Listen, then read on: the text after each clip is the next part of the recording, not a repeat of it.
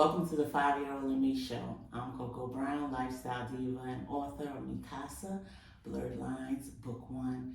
I am delighted to have with me Naeomi Samuel, aka the Destined One, founder of Destined to Educate, Evangelist and public speaker. Could you tell us a little bit about yourself? Woo! To hear you say the Destined One, it kind of like, who's that? I am a passionate educator, entrepreneur, also recently ordained evangelist. Just grateful to be able to be here with you. So I want to say thank you for having me. I have enjoyed education since I was a kid. Like, school was fun for me. I didn't know that I was to become a teacher until 2008 when I was working at after school program in Washington, D.C.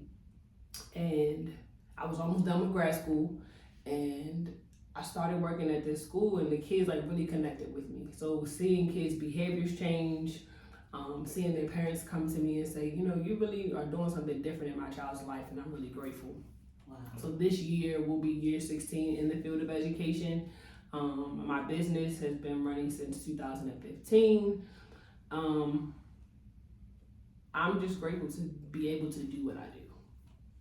Wow, that's a lot. That's great. So, what motivated you? What would you say was that pivotal moment where you said, "This is what I want to do"? Like, you do so much. Why education, and why are you so passionate about your faith? Education, because that was something that was built in my family. Like, not getting an education was not an option.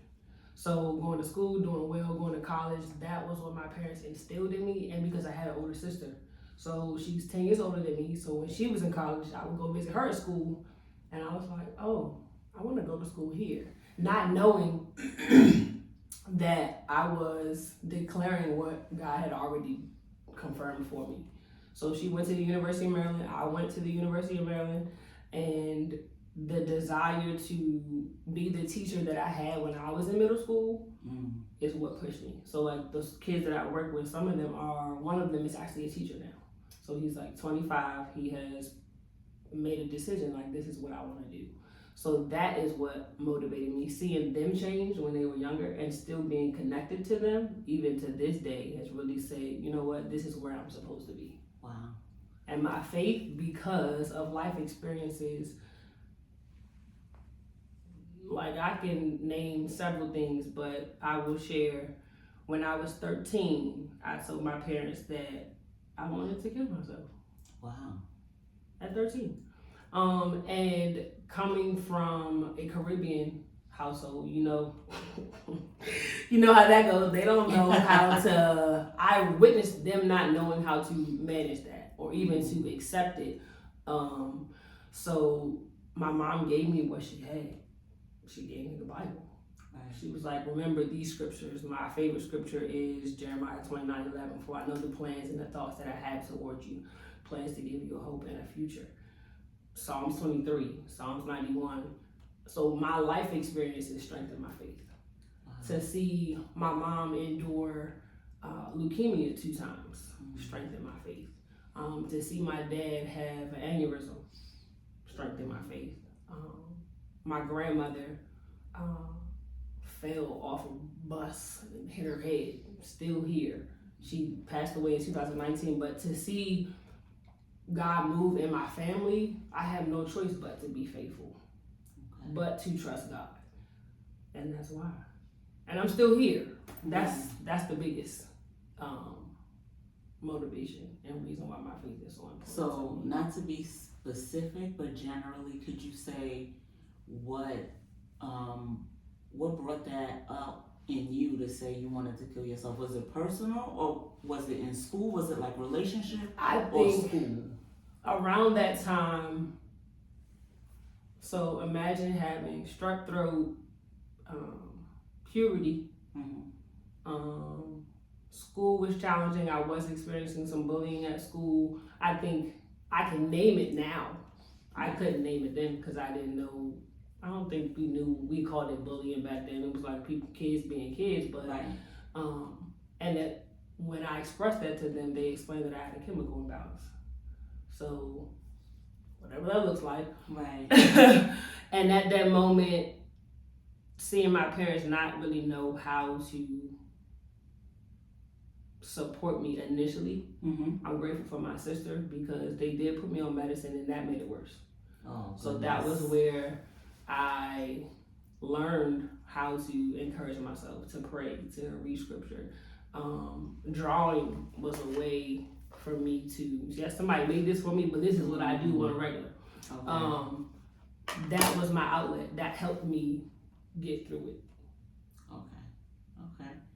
That's so I can't really pinpoint one specific thing. I think that was, now that I'm processing it, it was for me, but it's for me to support the people that are assigned to me. Okay. Thank you for sharing that, because people aren't always eager to share their challenges. They're quick to share all of the success, good things, right? All the sprinkles and sunshine. So that's great. So being that you deal with so many young people, you've experienced that with young people and are able to counsel them in the right direction. Okay. Not as clinically as I would like to, right, but just to be able to be that safe space. So I had my sister, I had my parents, but it was easier for me to journal. It was easier for me to talk to my sister. It was easier for me to talk to my teachers that I had at school to support me because it was a different lens. Okay, so clearly you have a personal relationship with God. Yes, for sure. Enough to know that despite your struggles, you still felt comfort, even though it wasn't precisely the way you would have liked it to be. You were able to have that relationship with God. That's powerful. So can you remember back to when you were 5 years old? Like, what were you like then? I actually pulled a picture of myself today, and I asked my dad, I was like, Dad, how old am I in this picture? He was like, you're probably in elementary school. So I remember bright-eyed, funny, always laughing, always making crazy faces. I really enjoyed school. Like, that was my thing. Like, I remember my kindergarten teacher, her name was Miss Powell.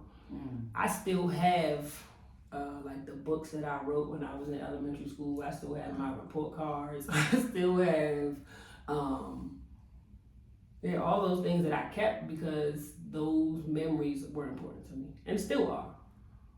Wow, that's nice. That's good. So would you say that how you are now reflects that personality? Like, do you feel like you are holding back anything? Like, I can say yes. Okay. I have struggled with being my full self because I feel like it might be too much for people. So at this age, though, have you found a group of people like your tribe that encourage and allow you to just be? One of them's here on the other side. And I'm grateful because we share our stories, we share our vulnerable moments, and we can be honest with each other. It's no judgment. It's like, I'm listening. How you want me to respond? Do you want me to give you advice, or do you want me to not say anything? And I am forever, ever, ever grateful because I have prayed for a tribe like that. I pray for the people who are strong like me. I pray for people who pray like me. I pray for people who have big dreams and want to see beyond just, 6 months from now, not like 5 years from now, you plan a workshop in Switzerland, or you're traveling and opening a bakery at this place, or you're singing in this international concert, or you are teaching in another country. I pray for that, and I'm grateful for it. They push me, not even when I don't want to be pushed. And when I say I can still see my 5-year-old self because I can be comfortable with them. I can be goofy, I can make faces, I can say what I want. I'm not gonna feel like, I shouldn't have said that. It's a safe space. Yeah, that's amazing. That's good. So grateful. That's good because all of who you are is so important to be expressed, because all of the young people that see you, they are so encouraged by you. And if you're comfortable being 100% yourself, then they know they can do that too. Because we all feel energy. Yep. We can feel, especially young people. They know when you're being real. They know when you're not. They know when you're holding back something or not quite as truthful. So it's great that you have your tribe that can encourage you, and therefore you're giving your all to so many young people. And that we need that now more than ever. When I was coming up, I know school was very different from what it is now. And a lot of young people just aren't encouraged, and they need people just like you that are spirit filled. Your God is in you, and it's evident, and they can feel that you're there for them and not just out for numbers. Oh, just take this test, or just, it's not just about moving people along. You're trying to really build them up and prepare them for this world and to be all that they can be. That's amazing. So, did you know, at what point would you say you knew what you wanted to be? Like when you were 5, what did you want to be when you grew up? I don't know if I knew what I wanted to be at 5. Probably in middle school and high school, I realized I thought I wanted to be a pediatrician. Oh, okay. I wanted to, I enjoyed talking to my doctor growing up. Like, oh, what's this? What are you doing with this? So I did an internship in high school at a developmental pediatric office. Loved it, learned a lot. Then I got to college and it was like biology and chemistry at the same time. No. Okay. So at that point, I changed my major to community health education. Still didn't know that teaching was for me. So I got to the end of that, almost to the end of my bachelor's degree, and that's when I started working the after school program. Okay. So that was about 2008. And then I was like, oh, this is what I'm supposed to be doing. So I made a promise to myself that I would go back and get my master's in education. Wow. So I did do that. So I set the goal and accomplished it. So as a teenager, you knew you wanted to work with young people. I mean, a pediatrician. You could have been any kind of doctor. But at that point, you knew, I want to work with children. That's amazing. Okay, so if you could switch places with any non-celebrity. That non-celebrity, I was like, Because it's always easy to say, okay, I'll be like this person or that person. But there has to be somebody that, I don't know if you, through reading books or podcasts or whatever medium, somebody in your local community that you admire, that you see that they've come from here and gone on to great things, in your opinion. It doesn't have to be big fanfare, they're on TV or anything, or even large in their community, but you see them making strides, you see them enriching people's lives. That's easy. Victoria Harris. Okay. She is the CEO of LVH Development, working through the Circle, Harborough Building and Land Development, and She Brands. So focusing on helping others build properties and land and businesses through consultation, collaboration, and construction. Okay, and you know her personally? Yep, that's my pastor. Oh, nice. Okay, and do you have a favorite book or podcast that you... I couldn't think of a favorite book off the top of my head, but I went to look to see if I'd ever posted something. So I picked The Giving Tree. Okay. By Cheryl Silverstein. Okay. And I picked that because it represents the lifestyle and the legacy that my family not just talks about, but they live. And my grandmother was that example. If we have enough, we have enough to share. Yes. Okay. Nice. Okay. And tell me your favorite holiday. Yeah, that was a struggle because I couldn't remember of something specific. I just enjoy holidays with my family. Okay. And specifically my dad's side of the family. That's who we spend most of our holidays with. So I will say going to New York for Christmas with all of my cousins, my grandmother being there. Yeah. I think that's, for most people, I find that they pinpoint holidays with family versus any activity like going to Rockefeller Center or going, it's nothing like being with family. And the older we get, you find sometimes those celebrations shrink, you're not seeing as much of the family because as families grow, everybody's in their different locations. So yeah, I think. And holidays haven't been the same since my grandmother passed away. So I look forward to just being around everybody, but I don't know how that's going to look this year. But I'll create my own traditions with my people. Yeah. Yeah, so about 8 years ago, you spoke at a conference for me, at Teen Glam Girl Conference. And as we approach 2026 and looking at all that you're doing with young people, I just want to invite you to be a speaker again. Okay. And I was so happy that you shared with the group of girls because our children very need encouragement. Yes. The girls really do because sometimes girls have struggles with their moms, and if there's an influential woman in the community that can speak to them, and even if it's not all the time that they see you, if they know whenever they encounter you that you have an encouraging word for them, now they can follow you on Instagram, Facebook, wherever you're at, and they can see she is who she says she is. Yeah. That's so important. So I just invite you back. I'm excited. I thank you so much. And you said something that triggered a memory for me. My mom and I did not have the best relationship growing up. And I told her, she's heard me say it multiple times, I did not like you at all. But I had to love her and respect her, right? And once I learned how she grew up, I had a better understanding of she gave me what she could give me, which is why when I was going through the depression, anxiety, and the suicidal ideation, she gave me God because that's what she had.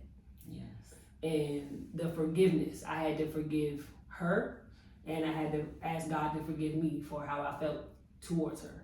And I found it didn't click for me until I realized all the young ladies that I have mentored and still mentor have that same dynamic with their mothers. So I find myself encouraging them like, hey, listen, your mom is who she is right now. I want you to be gracious to her. She had her own experiences. Her life was put on pause when you all came to the world. Be gracious. Yeah. So I realized that my experiences are not just for me, but for me to be able to encourage those who are assigned to me. So when you talk about faith and you talk about relationship with God and forgiveness, like I realized that my experiences were not just for me to overcome, but to encourage and empower someone else to overcome. Yeah, that's so true. So could you tell the people where they can find you? On Instagram, I am the Destined 1718. On Facebook, I am Naeomi Destined 1. My business is Destined to Educate, and my nonprofit is the Village of Destiny. And you are still accepting applications? Yes, I am. Okay, that's good to know. And again, I just thank you so much for this opportunity. Thank you. And to see you again, of course.